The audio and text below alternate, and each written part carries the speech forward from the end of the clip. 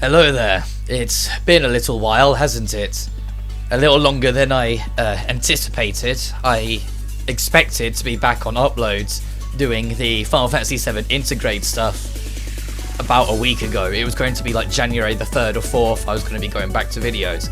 But as you might already be able to hear from my voice, that didn't happen from a number of reasons, and I want to talk about it and then talk about what I plan to do once I'm 100% all better. Unfortunately, despite being triple jabbed, or maybe thanks to being triple jabbed that I had a good enough defense against it, I did unfortunately catch the Rona. The only time I have gone out is to go work. As some of you may know, I work in a supermarket, so I deal with hundreds of customers every day. I always wear a mask, doesn't mean they do. I always try my best to look after myself, and unfortunately I suppose it was an inevitability. Thankfully, because of my free jabs, I had the best form of defense I could possibly have against it, but it doesn't change the fact that it very much knocked me sideways over Christmas and the New Year. And I'm only really starting to show enough sign of improvement that I've prepared to do this video over the past couple of days, and I gave it a couple more days still just to kind of play it safe, so I didn't just make myself worse by talking too much, you know? Because I will explain it. I will talk about my schedule as well. I will get to that, but I do, if you can forgive my selfishness, want to talk about my health for a minute and why it took me so long to get around to it. I had my booster, my third jab, on the 29th. So about 2 weeks ago now, or nearly 2 weeks ago. And I was alright, it hit me, went in fine. It was the 2nd of January I first started showing I'd say the 1st of January I started showing symptoms, but it was so minor I just didn't give it a second thought. It was the 2nd where it really started to be like, oh, I can't taste anything. Oh, I'm constantly getting headaches. Oh, I'm always tired. Oh, my throat is forever sore. Oh, my chest hurts. Things like that. It really started to kick in. I was like, oh, okay, something's not right here. And I did, in the UK, we have something called an LFT, which is like a quick, cheap, COVID test, and I got negative on that, so I just carried on. I don't go out because I really don't. I've never been the most extroverted of persons. I'm always rather introverted, so I didn't go out anyway. But it went negative, so I carried on. I started working on recording. I started putting things together. On the following day, I got hella worse. That was when I was really struggling to breathe in a regular interval. I was choking more than I was breathing, kind of thing. I was getting migraines all the time. My burning in my chest was making me feel like I needed to be sick but couldn't. I was having stomach problems, etc, etc. I was really out for the count, and I had well and truly lost my voice. I was completely mute, and anytime I tried to talk, it was just like hushed air. It was worthless. And then it got worse on the next day, and everything escalated, and I averaged about 2 hours of sleep that night because of how much my body was fighting me. I could not get comfortable in my sleep. And then it got worse again the following day, and it was only after that, on the 4th day of feeling like hell and getting barely any sleep and suffering and getting the shakes and always being freezing cold and having no taste buds and all the rest, that I finally started to show glimmers of feeling just a little bit better and getting a little bit more sleep, and slowly but surely get to the point we're at now on the 10th, for goodness sake, where I feel mostly better. It's just I have a twinge in my throat, which is why my throat still sounds a bit off. It's not perfect, but I'm getting better. I'm okay. That's the main thing. Although there was a definite threat of being hospitalized at one point, I never ended up needing to go to the hospital. I just had a few worrying moments at 1:30 a.m. a couple mornings where I was sat over the toilet in the bathroom wondering if I needed to call the ambulance or not, you know? I thankfully pulled through, and I didn't end up taking a bed from someone else who needs it more. Because I have to think of it this way: I'm triple jabbed, I'm in my early 20s, and although I'm not the most exercising-esque person, I am a lot healthier than most. And it rocked me that hard. I had the best line of defense I could possibly have, and it rocked me so hard it's still affecting me now. And it's been like this since the New Year. Imagine someone who's a decade older than me, someone who hasn't had the jabs, or someone who isn't as healthy. I've always understood, because I understand science, how threatening this is. But holy shit, it puts it into a whole nother perspective once you've had it, and you've had it bad. It's really put into perspective just how life-threatening it is. And if you're watching this and you still haven't got the jab, I don't know what to tell you anymore. You need to. It's not this big scary thing that's going to poison you or inject you with something that's going to allow for surveillance or any other theory that you may have been told on Facebook or by delusional parents. I am telling you, it's for your own good. Get it. Because I've suffered this bad, and I had a defense. Imagine if I didn't have the jabs, I would be making this video maybe. You know? But I'm going to leave that topic for now. There's nothing else that can be said. I just wanted to kind of touch base with you and let you know I am okay. Although I had some shaky moments and was worrying, I am getting a lot better, and normal uploads should continue soon. Speaking of, I want to get to that, of what's going to happen. Before Christmas, when I was doing the 7 Remake main journey, I talked about how I would probably do the bonus video and then integrate if I can get a hold of my friends to get the footage for the ending. I have the footage of the ending, so for the sake of kind of getting into the rhythm of it, instead of going straight into grinding out the last of the materia so I can fight that one last summon, and then doing chapter 1 to show off hard mode, I'd rather do integrate first, so it'll be a bit more plain sailing, get me back into the rhythm of it, especially whilst I'm still recovering and trying to feel better. I don't know when that's going to happen though. Obviously not until I feel 100% better, because I said I'm only mostly there. Once I'm 100% in the clear, I feel, and my throat isn't twinging anymore, and I'm not coughing, and I'm not having to have like a bottle of water next to me all the damn time, I will be in the full swing of it. But I have at least started recording. Additionally, there are 3 Genshin Impact videos that I have been working on that just need voiceover. It's going to be weird for me for the Genshin videos because it's the first time I think that a Genshin video will be in post commentary. I usually try and keep them live because I find it more exciting to have my real reactions to the story quests and whatnot. If you're wondering why it's going to be 3 videos instead of 2, is because 2 of them are going to be the new Archon interlude quest with Shenhe and Yunjin, sorry.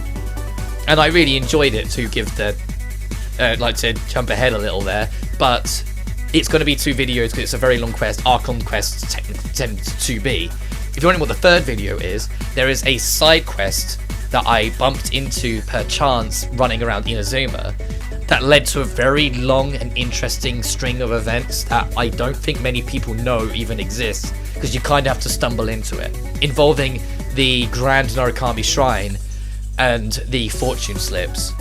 And so I wanted to do a video showcasing that and talking about it, so I recorded that as well, because I genuinely felt it became really fascinating. A lot of the lore quests in Genshin are really interesting. The problem is there's no way to review it, they're not voiced, they tend to be put by the wayside into many main plot stuff, and Inazuma is kind of like the biggest highlighter of that issue, where there's so many absolutely fascinating lore story things that you can do around the world if you just explore and look around. But because they're not voiced, because they don't go in any kind of quest log, they're just there, you have no way of reviewing or going back through them afterwards to read up on. And so to be able to do a video on one of those lore quests, especially one that, because it's not like the Enkanomiya one in the new area where it's in your face. This isn't in your face, it's very hidden and subtly like put to one side. So I want to show it and talk about it and what makes it interesting.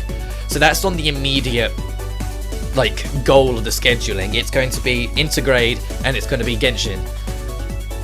Beyond that though, because of how long I've kept you waiting, once Intergrade and the bonus video for that is done and the Genshin stuff is done, I might take a week, but I really don't plan to take as long of a break between projects as I usually do. I want to jump straight into the next thing, which I'm going to say cautiously, always things can change. I plan for it to finally be The Evil Within 2. It's been a very long time coming of me talking about how much I love that game. It's about time I actually show it off. And I look forward to it as well. Additionally, I've mentioned many times before about the big 3, that being Evil Within 2, Final Fantasy IV, and Tales of Arise. But there'll be certain other things, like when Sonic Origins comes out, I'll be doing videos on that alongside whatever project I'm on, because it's an opportunity for me to re-tackle Sonic 1 and 2 in a lighter space, because when I originally covered Sonic 1 and 2, I was very bitter because it was when the original trailer for the Sonic film was released, you know, that old Sonic design that freaked everyone out, and I was very disgruntled that Sonic was getting mistreated yet again, and I ended up sharing that through my Sonic 1 and 2 Let's Play, and I don't like them now. So Sonic Origins is an opportunity for me to go back through them, and it will also be an opportunity to finally cover one of the most important games of my life, and that is Sonic 3 and Knuckles. Because it's the very, very first video game I have any memory of ever playing. And so I want to talk about that game and the significance it has had throughout the entirety of my 22 years of walking on this world. Because I have always known the game. My earliest memories are of that game. It's genuinely the reason, or the first stone on the path that led me to being who I am. So I'm going to be talking about that game a lot when we get to it. Additionally, we'll see how it goes, but uploads might be a little scarce when Elden Ring drops. It might be a little scarce when Persona 4 Arena Ultimax drops in March. Even if it doesn't have rollback, I'm still going to be getting it day one because it's my favourite fighting game. And a few other bits and bobs. I've mentioned last year that I want to make this year a much more significant year for the channel. I want to do more with it than I've ever done before and lean into it as much as possible. Of course, some things in the real world that are happening in my life, not just this, might interfere with that, but I want to make a point of putting more heart and soul into this channel. Although it's not finalized, my idea is to cut down a little on how many Let's Play videos there are in a week to make room for a live stream at least once a week.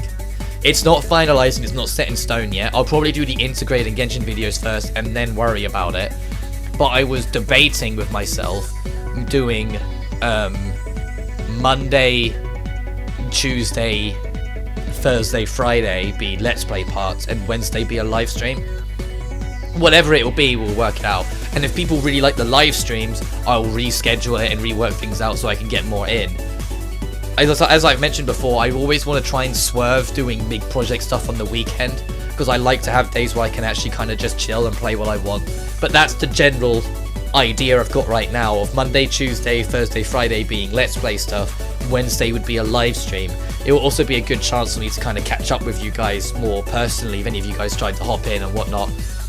It doesn't necessarily always have to be a live stream on a game, it can just be chatting, it can just be talking about things, we can like alternate, we can just fuck around in Guilty Gear, we can, you know what I mean, like there's options, we can mess around with things, but it's something I would very much like to do going into the new year. Finally, and this one could easily end up being, this is the only time I bring it up if it doesn't work out or whatnot, but I would love at some point this year to tackle the idea of doing a podcast. I am always, for a lot of my life, been very invested in podcasts. I find it really good background noise, especially when I got into YouTube, when I was doing editing. It was perfect background noise to just listen to, and it's something I would love to do. I'd love to get guests in, and how that would work, we'll figure it out as we go. But even if it's just me for a while, that'd be fine, because there's a lot I'd love to talk about going through each month of like certain releases and like certain things that have happened, what I think, what I've been up to. Like, yes, it might be a little bit selfish and personal in structure, but it would be an opportunity for me to kind of just chill with you guys and talk and not have to worry about update videos so much, not have to worry about other things, just hit the button and chat, you know? But I'm gonna wrap it up here because my throat is really starting to fight me a little now. Thank you so much for always being so supportive and sticking around. Even though this isn't the biggest channel or isn't the fanciest or isn't groundbreaking in any sense, I love that I get to do this, and I really love one day to be able to do this enough that I can make it my job. And I know that might sound very strange for some of you who have been with a while, because when I first started this, I was a naive 16-year-old who was like, oh, I'd never do it as a job, I do this as a passion. But I'm in a position where I love doing this, and I still love doing this, and I still love being in the pattern I'm in. So if I could get paid for it as well, that would be golden.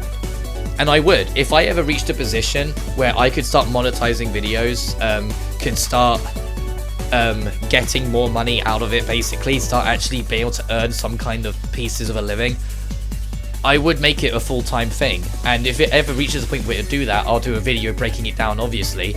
But if this ever became full-time, I would change my schedule to make the most of the extra time I have. Like, I would probably start doing uploads on Saturdays.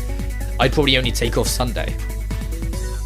You know, like, because I genuinely love doing this, and if I could be in a position where I could earn money of it as well, I could be more interactive, I could do more live streams, I could make this the forefront of my priority more. I'd probably dedicate more time into getting an office set up, because I kind of don't. I would spend some money on trying to build a PC so I can expand my horizons beyond just PlayStation games. There's a lot I would do with it if I was in the position to do so. But I've got to stop eventually. My throat is killing me. Thank you for always being so supportive. Thank you for always sticking around. Here's to 2022. It can only go up from here. It has to. Stay safe if you can.